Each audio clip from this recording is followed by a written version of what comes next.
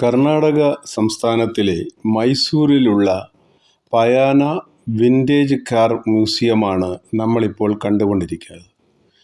ഇവിടെ പ്രവേശിക്കുന്നതിന് ഒരാൾക്ക് 50 രൂപ പ്രവേശന ഫീസുണ്ട്.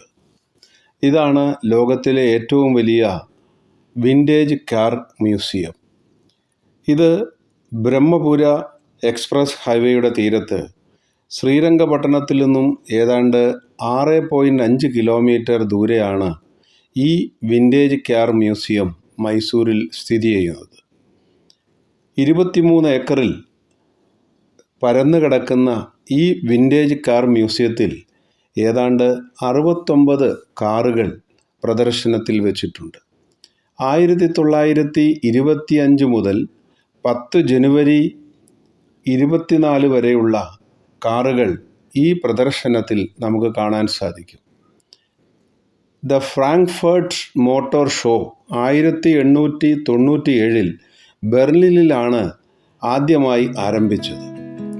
ഈ കാർ മ്യൂസിയത്തിൽ പ്രിട്ടി വുമൺ കാർ മുതൽ ലോകത്തിലെ ഏറ്റവും മനോഹരമായ കാറിൻ്റെ ശൃംഖല വരെ നമുക്കിവിടെ കാണാൻ സാധിക്കും.